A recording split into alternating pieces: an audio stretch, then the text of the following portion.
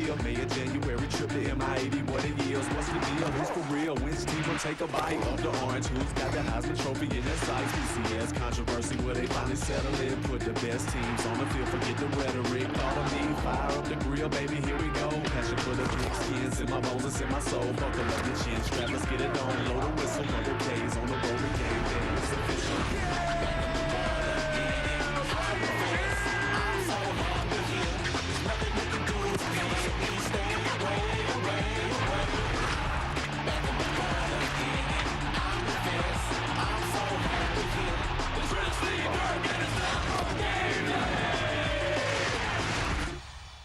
To that championship game. They got a taste for it in the Sugar Bowl, smacking the Sooners around for the BCS title. There has been talk of getting back there. Justin Vincent, the MVP, a freshman last year, he is back. So are many of the Tiger Stars. And the expectations are very, very high here. Exactly 4 hours after that triumph, Nick Saban turned his thoughts to tonight's game, or at least today is the first chance for a couple of national title contenders to show how hungry they are. Ohio State and Oklahoma. Now the Sooners, of course, host Bowling Green. By the way, there's a MAC team that's 3-0 against the Big 12. But Kansas is not Oklahoma down there in Norman. Bob Stoops is 16-0 in September. They usually win their openers by 35-point margins. But they have been driven for the last 9 months by this game right here. The Kansas State debacle, 35 straight points. Jason White was beat up. Darren Sproles embarrassed the defense. And then LSU finished the job, ended the bid for Sooner redemption down there in the Sugar Bowl. Jason White took an undue amount of heat. He was the target by being the Heisman Trophy winner. Many of these negative stats the last 2 games versus the great stats for the first 12 games did fall on White's shoulders, but he wasn't totally healthy. He wasn't being protected. He has been fueled by that all off seasonally. He's come back healthy. He's come back leaner. He filed away all those negative comments. He is jacked up, and so are the Sooners. Well, forget about last year. I don't want to talk about last year. Let me talk about this year. On paper, this is the best-looking football team I've ever seen assembled. They have no apparent weaknesses. Plus, they got revenge. They got pent-up anger. You know what? Oklahoma scored 50 points 7 times last year. Today, they get in the 60s. These guys are mean, mad, and good. Watch out. Real big. One of the most talented teams that you didn't pick to go to the national championship game. All right. I know. Now, Ohio State, they've got a couple of new quarterbacks they're breaking, and they also have a former defensive coordinator, Mark D'Antonio, now coaching Cincinnati. That's an intriguing matchup right there. It is an intriguing matchup. The old school helmet.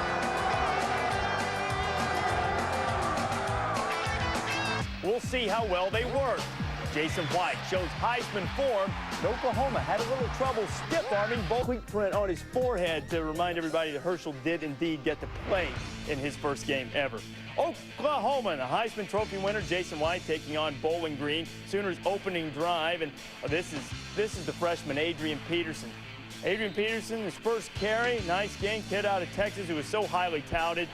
White upstairs to Mark Clayton. Clayton caught 15 touchdown passes last year. This is the first one of this season. 7-0 Sooners. But you know what? Bowling Green behind Omar Jacobs taking over for Josh Harris. Nice job. I thought Omar Jacobs showed a lot of poise in this game on the road. See it on the run there. Nice pass, 18 yards to Charles Sharon, Reese. 24-41, threw for over 200 on the day, but Kewan Jones had a career day. 11 yards there, 150 on the afternoon for him. BG hanging in there, 14-10. Here's White to Clayton again. And that's a wonderful connection. You're going to see a lot of that this year, but this is what I like.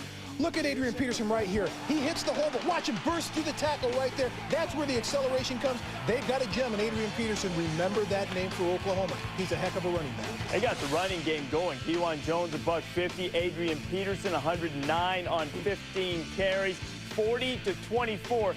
Didn't think that Sooner defense was really all of that stifling, but they did enough when it counted. White throwing for 3 touchdowns as he tries to chase a second consecutive Heisman Trophy. So 16-point win, maybe not as big as many expected. Stoops has never lost a game in September, and he remains perfect there. 2 teams that sort of at the top, both Georgia and Oklahoma. I think when you assess them week 1, obviously people kind of fighting through things, wondering what they need to work on. I think both, when you come out of it, both head coaches in that situation have to feel good about the fact that they've established the run. Both Georgia and Oklahoma down the stretch, when they lost games, they were not 2-dimensional. They were a 1-dimensional football team. The only thing, and you mentioned it, Reese, when I looked at both of those teams, Georgia against Georgia Southern, defensively, they certainly missed Odell Thurman, gave up way too many yards rushing to a division Division I AA foe. And then Oklahoma, you mentioned it too. Oklahoma's defense is a very good defense. Give Bowling Green credit. But I'm telling you now, Mark, they did not play with the same intensity that they played with when Mike Stoops was a defensive coordinator. I know it's week 1. I'm not saying they can't be a great defense. I'm telling you, they're not flying around the ball and knocking people out like they did last year. Maybe it's because some of the guys that were there last year aren't there this year. Yeah, I think they're playing at the other level. But I'd like to go back to Mississippi State. When you go back to fundamentals with Sylvester Crooms, that's all he preached. Reese talked about the no turnovers, but here's a team, they only committed 3 penalties. They gave up 7 points. If you go to any coach out there, bottom line, don't turn the ball over, run the football, stop the run. Those are the major 3 things to win football games. That's exactly what Mississippi State did. You can't lose that at you. You know, major story for me, not just for today, but for the whole weekend, Chris, was how every team out there has major issues. I mean, we watched Oklahoma, good on offense. I didn't think the defense played as intense as they had in the past. We've looked at LSU. USC, the offensive line isn't great, need wide receivers to step up. Michigan's starting a true freshman quarterback. Ohio State has issues in the passing game. Every team at the top, with maybe the exception of Georgia that looked pretty good on offense, both running and throwing, has major issues. That was the story for me. Everybody has a lot of work to do, but it is week 1. You're riding that Georgia dog for as long as They got to win the national championship. Come on. They put you out on the limb. Ware did look good at first freshman to start the opener. Herschel didn't even get to do that. Kirk, what stood out to you today? Well, I tend to agree with Trev, but at the same time, I think you have to realize, and Trev, you touched on it, it's week 1. They're going to make adjustments and try to rebound. The team that stood out to me by far, the Michigan Wolverines, and the defensive speed that they have in their back 7. They're able to move people around. It reminds me of the Michigan defense of '97 when Charles Woodson was out there playing corner, and they seemed to blitz and do whatever they wanted. This defense, I think, will apply that pressure, and that was a very good offense they faced. We'll see how they develop with a young quarterback in Chad Henne. The other thing is, guys, Rutgers, I think, is going to be bowl bound this year. Big win over Michigan State. You look at their schedule, very reasonable to expect Greg Schiano to have a shot at 7 wins and to finally get to a bowl game. I think, according to Chris Felica, of all the BCS conferences, they're the one team with the longest drought when it comes to getting to a bowl game. That'll end this year. Rutgers, good call in the bowl game.